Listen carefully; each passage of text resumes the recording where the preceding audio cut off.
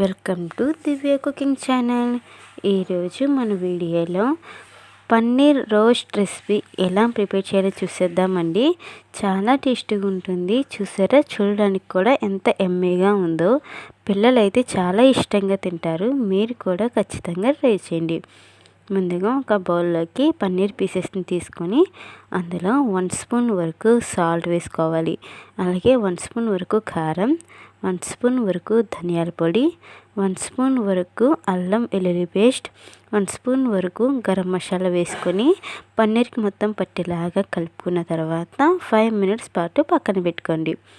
ఇప్పుడు స్టవ్ వెలిగించి ఒక ప్యాన్లో ఆయిల్ వేసి ఆయిల్ అనేది హీట్ అయిన తర్వాత మనం ప్రిపేర్ చేసుకున్న పన్నీర్ని వేసేసుకోవాలి.